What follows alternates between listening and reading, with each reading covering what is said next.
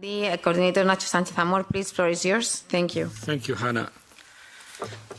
What I notice in the way you expose the situation of the feminist foreign policy is a positive thing. There are things happening, there are positive things happening, but this is a kind of narrative that is completely opposite to the other agenda of human rights.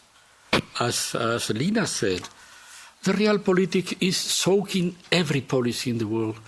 Everything is about energy, everything is about raw materials, and we are bending explicitly on our values and principles. Then, I don't know how to match this feeling of this sensation that the human rights agenda is backwarding everywhere in the world, and this idea of yourself that at least in some of our environments, feminist foreign policy is being routine and is been having some fruits. Because, as you say, Aude, the question is how to deal with authoritarian regimes, how to deal with authoritarian regimes. And one of the main usual aspect of the authoritarian regime is to treat the women as they were, I don't know, 1 century ago in Europe.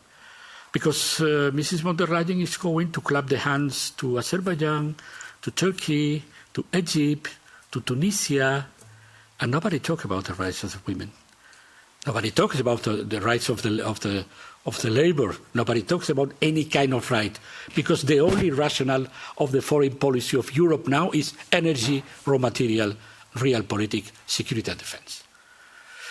Then I would like to have a hint from yourself about why do you consider this part of the agenda is being safe on this deluge that is undermining every part of the human rights agenda in the world, and the European Union is bending, for good reason, for sure, but it's bending and is only using principles and values as a kind of, let's say, rhetoric and rational, but never pushing. For example, you said, this is a big success.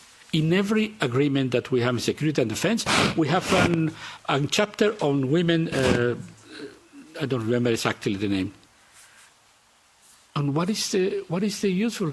We don't have ever even to use the leverage that we have in Israel after what is happening. And do you really think that having a chapter with this beautiful title is really changing the things?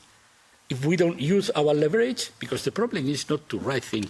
We wrote a lot of things in our agreement with Vietnam, but there are no progress in trade unions, there are no progress in labor. It's the same death penalty that they were before having an agreement with us. And for that reason, I would like to have an idea from yourself. Thank you for your speeches, to have how to match this sensation and your approach to the feminist foreign policy. Thank you.